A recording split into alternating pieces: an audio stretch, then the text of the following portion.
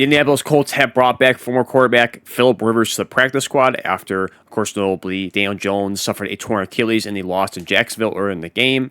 And also, as well as Anthony Richardson still out since October, as well as their backup quarterback too. On top of that, coming in for Daniel Jones being on the injury list as well. Philip Rivers has not played a game since the 2020 Wild Card game and the loss to the Buffalo Bills at Buffalo. And these are the stats here he put up for that season, all the way back in 2020. For that year, he has 68 completion percentage, over 4,100 yards, 24 touchdowns, 11 interceptions. So not bad at that point of his tenure. At that part of his career, had put up some pretty solid stats, especially when you look at 2019. More notably with a touchdown interception ratio, 23 touchdowns, 20 picks in 2019. So he cut that a fair amount down to 11. Held it more touchdown passes, just one more. But again, still had a great season. I think overall a pretty good season for at that time in his career, and it was essentially a one and done, retired after that loss. And now he comes back into action, has potential chance to play this Sunday against the Seattle Seahawks. We'll see what the 44-year-old will do at this point. This comes in the midst of the Colts and a 3-game losing skid. Yeah, so you have to go back to November 9th. At that point, they were 8-2 on the season with a win over Atlanta in overtime. It looked great at that point. They were one of the top teams in the league. At one point, certainly had number 1 seed in the NFL. And have now lost 3 straight, losing to Kansas City in that tough one where they were up a good amount in that game, 23-20 loss in overtime. Then you had the loss to the Houston Texans, 2016, and of course, notably again with the injury with Daniel Jones in that blowout loss, 36-19. So you go from 8-2 to 8-5 in a blink of an eye, and you look at the next 3 games here. They are tough. They are. You have again when we talk about this upcoming Sunday against Seattle Seahawks. We have after that Monday Night Football against San Francisco, Jacksonville, and to round it up at Houston for this one. And there's a good chance, no disrespect to the Colts, there is a good chance they can go winless and they can finish the season 8-9. And at blink of an eye, you go from 8-2 to 8-9 in the year. And I don't know what the Colts are thinking. To me, that this is, it's an understatement just talking about the desperation at this point for the Colts. But even with that, I don't know how you look at a 44-year-old quarterback that has not played in almost 5 years to be the answer and to have someone come in, even if he doesn't play this week, even if you want to put in whoever for the Sunday, because it's too fast for a quarterback, again, a guy who's been out of the league for 5 years. And again, I'm sure mentally he's still with it and still has the tendencies, but again, still probably takes some time to get back into the rhythm of things, being back on an NFL team, and certainly the NFL game speed on top of that too. So if you want to say hey, you want to set them out for Seattle's game and maybe chalk it up as a loss to go 8-6, or maybe they pull it out and win it, but I presume I'll put that as a loss either way with Philip Rivers playing or not. You look down the stretch again. If you want to skip the Seattle and look at the next few games, do we really think Philip Rivers is going to beat San Francisco? That's playing good. I don't think so. Jacksonville. Do you think Jacksonville, especially with that defense, can? Probably not. And Houston, we're talking about defenses, the number 1 defense in the league, especially can get after the quarterback. And Philip Rivers wasn't that mobile to begin with. And again, you're putting out a 44-year-old quarterback where his play has slowed down, and we don't even know where it's even dropped down to at this point. Again, being out for the league for so long, how's that going to be? That could be disaster for them in the final game of the year. So I look at these next few defenses that are very good to great, and in Houston's case, elite. I just don't see how this is working out. I don't see this as the fix. I think this is it's insane to me that they would go to Philip Rivers after all these years. But again, it just goes to the sheer desperation. And it's crazy to think about that, because when you go back to, I think the peak was really the trade deadline when they made the move to give up Sauce Gardner, or to get Sauce Gardner, give up 2 draft picks from. I love the move because I think they're going all in, they're taking a chance, they're flying high at that point. You feel like this is the AFC that is weak. And certainly, even at that point, there were question marks for the Colts about, is Daniel Jones for real? How the Colts going to be when they face different competition, and throughout the year. And they had tough games. So they had some tough opponents early on. They beat Denver week 2. They lost to the Rams, which there's no sign in that.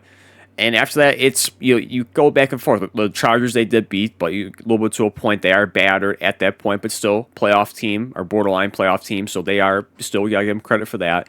But after that you're looking down the stretch too, losing to Kansas City, losing to Houston, losing to Jacksonville. Those are all 3 teams right now that are in the playoffs as it stands. And at this point, I don't know how it's going to be from the last 4 games. I'm sorry, especially last 2 weeks with them being AFC opponents. I'm a little bit lost for words here of the Colts' decision to make this panic move, make this desperation act of that.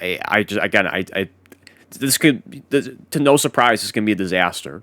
Probably, I mean, could Philip Rivers give you a lightning and the pan there, and maybe give you some great game out of one of those four performances. Maybe that's certainly a possibility, but I see it ending up a disaster. And I think it's unfortunate because the Colts, they had no expectations coming in that really exceeded that. Great praise all across the board. Their new owner, how the team has been. And there's a chance that it could quickly go back to how it was in the beginning, where it's a dysfunctional team, a laughing stock, especially with this move now with Philip Rivers. I don't know what's going on here with it. And then quickly showing you over to the ESPN playoff machine. I apologize. I don't know why I said the Chiefs. I'm just so used to the Chiefs being in the playoffs every year, and I think there is still a point there's still a slim chance they can make it. So I apologize. Chiefs are not in the playoffs, but again, it's still a somewhat of a playoff caliber team in this one. How do you feel about that? Even with them being 6-7 again, I view them similar to the Patriots with Brady. It's just like until they're officially out, there's still a possibility. So again, the losing record of the Kansas City Chiefs, but still, it's the Chiefs. However you feel about them. So you have the Chiefs, and then losing to again, going back to their schedule real quick, losing to two playoff teams with Houston and Jacksonville, and maybe potentially Kansas City if they make it at that point. But even looking down the stretch here, there's the next four teams are all playoff teams. So again, when I look at this, when I put it as a loss for the Seahawks, you're just burying yourselves. Like I could truly see this being 0-4 down the stretch. I don't think you can beat San Francisco. I don't think you can beat Jacksonville. I certainly, especially just the defensive part. I mean, the Texans' offense is iffy with that, but put it the other way. I don't see that. I'm sorry. I don't see down the stretch of them playing well. I do think the Colts will go 8-9. I do.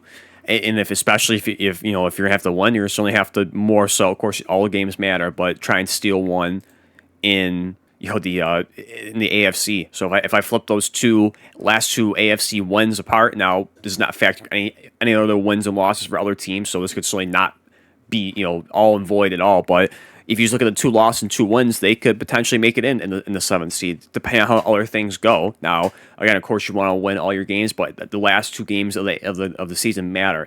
Conference opponents, you gotta find a way to win that. You do. I know it doesn't. Of course, God didn't play out everything else because you have Jacksonville in 3rd place at 9-5, and Colts have 10 wins at 7th place. But again, you get the point here where they have to really lock down the last 2 wins and try and steal a win these next 2 weeks, whether it's Seattle or San Francisco. But essentially, they have to win out. I think at worst case, they have to be 3-1, and I don't see that at this point. I'm sorry, I don't see the Colts going down the stretch being 3-1 here. I don't really. Unless just Philip Rivers just shocks the world and plays phenomenal, at least plays good enough, quarterback play. I don't see that. Like, I'm very puzzled that they even thought about this, and the fact that they went to the move to even sign him on the practice squad and go ahead there. And again, no question he'll play a game or so. And again, I feel bad for Colts fans. I do, because this was such a great season for them. They were shocking everybody. I made a video a while ago about how I think Daniel Jones will surprise everyone. I said he'd be the next Sam Darnold of the Minnesota Vikings, and he was showing that. He was having a great season. The team was doing well. They were sending well over expectations, and I just worry that it's going to end back into the laughing stock, people bashing them, criticizing them for the move, and then the Colts fans having to go through another year, maybe a new quarterback. I don't know if they'll stick with Daniel Jones or go with someone else, so maybe another starting quarterback. But again, it's very unfortunate for those fans that it was looking so well, and now in the blink of an eye, it's just cutting short too. And to a point, I mean, that's not all on the Daniel Jones injury. Daniel Jones, of course, was playing in that Kansas City game, in that Houston game, and lost, and did not play well in those games down the stretch. So to a point, yes, if you want to say that Daniel Jones was showing the cracks during those games, and then on top of that too, insult to injury, literally with the Achilles injury, and now bringing back Philip Rivers, it's unfortunate for me. It's tough to think that there isn't any other better options than bringing in a 44-year-old quarterback that has not played in 5 years, and you're banking on him. Again, maybe the muscle memory, the tendency of him, playing in the league for so long that it comes to him fast. You just got to give him some reps, get some time in there, adjust it back into the NFL speed, and maybe he can do something there. But again, I don't know. It's very puzzling that the Colts would make this move. But hopefully for their case, it works out. Hopefully, Philip Rivers shocks the world, the Colts shock the world, and maybe they can, go 3-1 down the stretch or 2-2 and hope other things play out in their favor to get in the playoffs here. But we'll see what happens here with the Colts with Philip Rivers. If he does play, like I said, there is reports that he could potentially play this Sunday against the Seahawks. If not, certainly against the San Francisco 49ers on Monday Football. So we'll see how that plays out this week or next week for Rivers.